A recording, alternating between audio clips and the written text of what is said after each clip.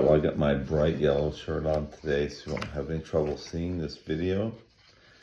I'm like the pillar of fire by day instead of night.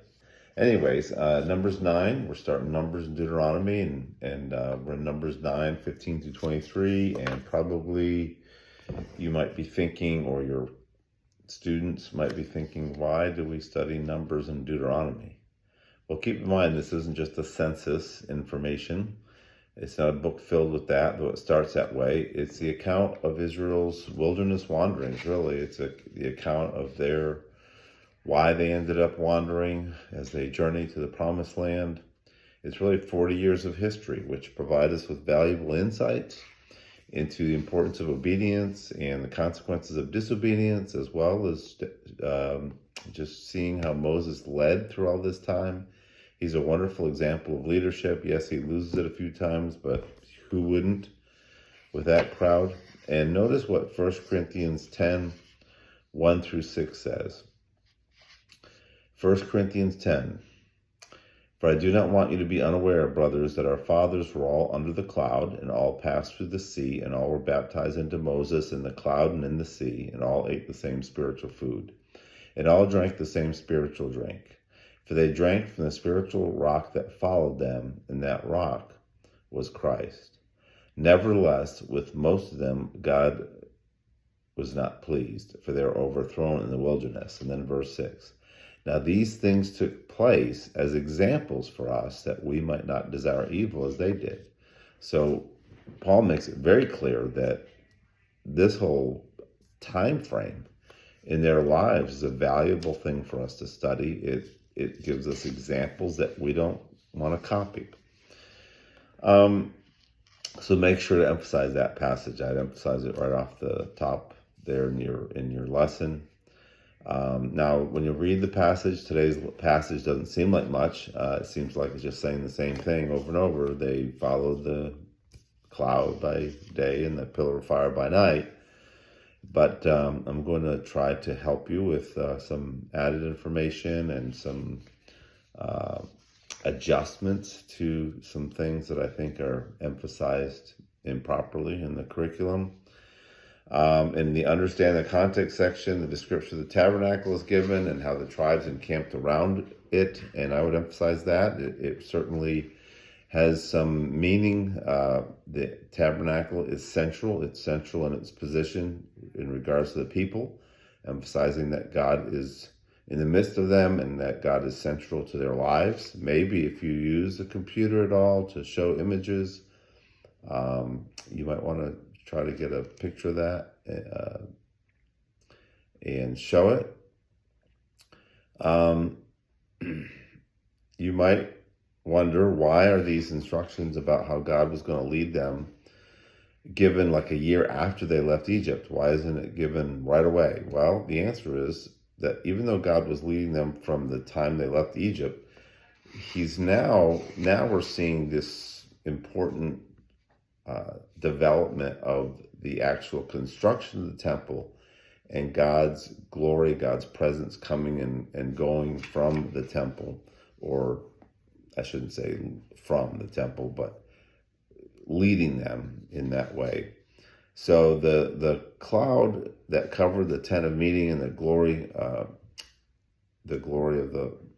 the presence of God's presence is now kind of become a more central thing, because prior to this, they came out of Egypt, they crossed the Red Sea.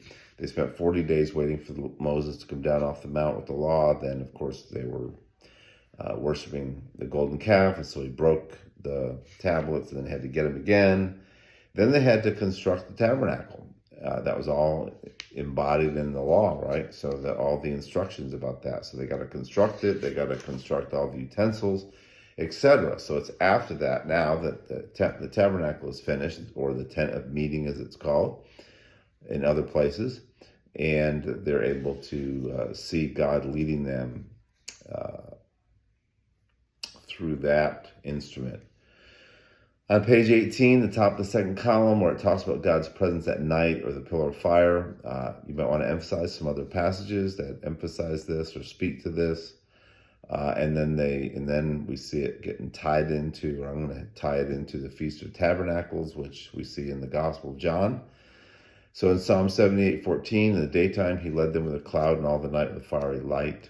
Psalm 105:39, he spread a cloud for a covering and a fire to give light by night. Now this is an interesting passage, Isaiah 4:5. Then the Lord will create over the holy site of Mount Zion and over her assemblies a cloud by day and smoke, and the shining of a flaming fire by night. For over all the glory there will be a canopy. Now notice, that's not talking about the wilderness wanderings. That's actually the millennial kingdom. Remember, the whole site of Mount Zion. You look at the context there.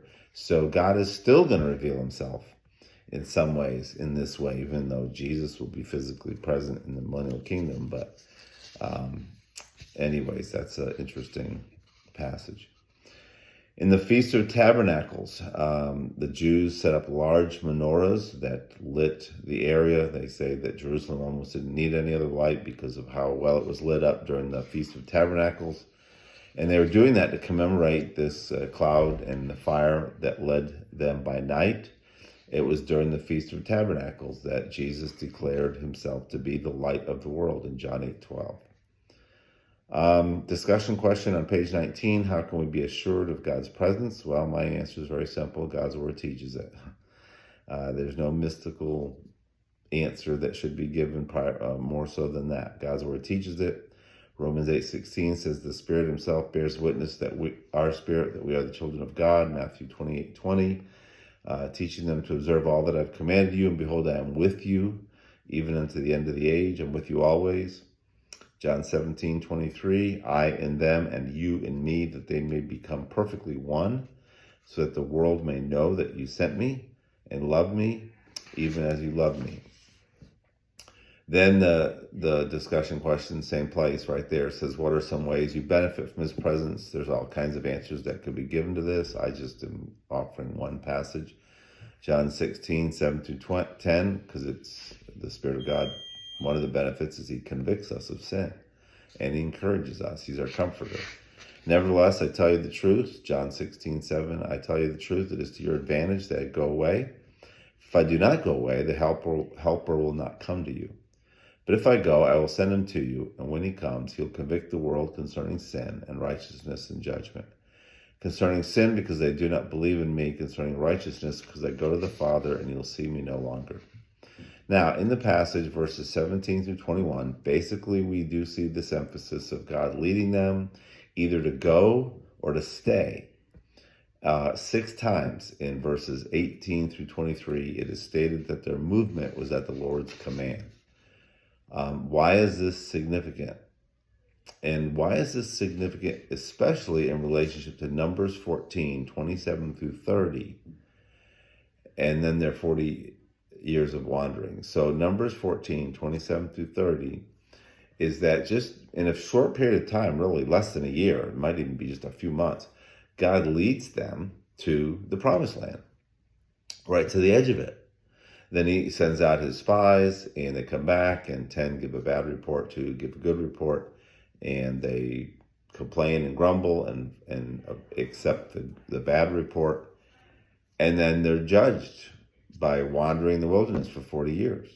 So the curriculum, I have a little problem with the curriculum, because the curriculum makes it sound like this is all a great lesson on God's leading and how they were to patiently wait for God's leading, and great things happen when you wait for God's leading.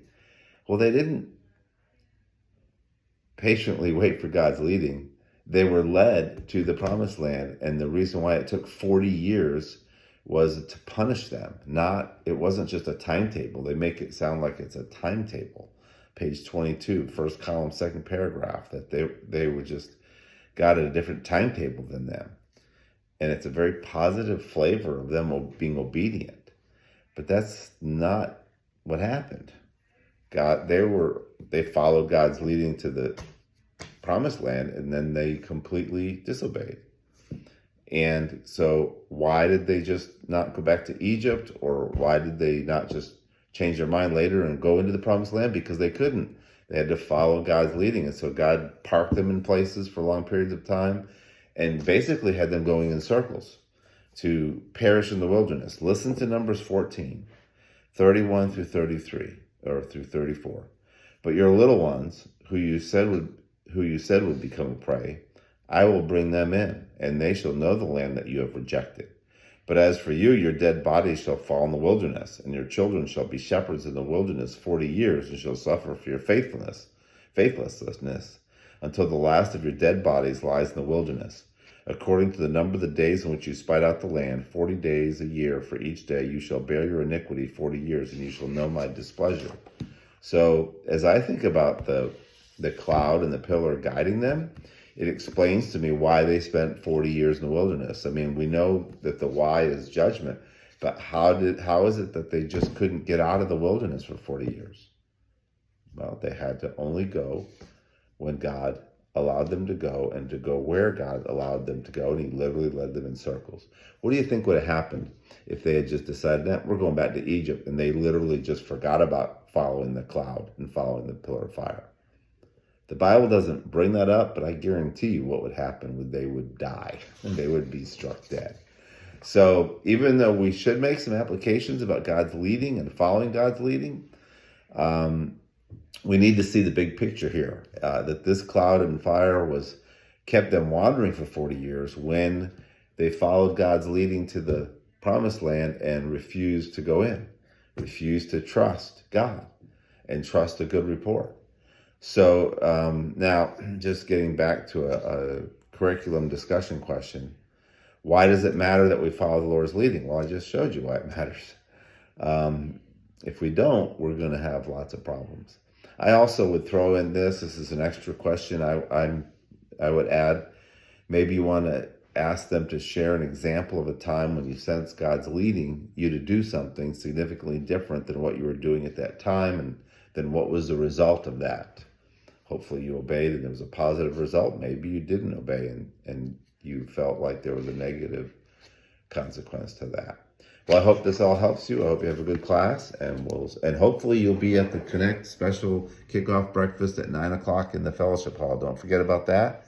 If you maybe you want to contact your class and encourage them to be there at 9 o'clock in the fellowship hall this Sunday.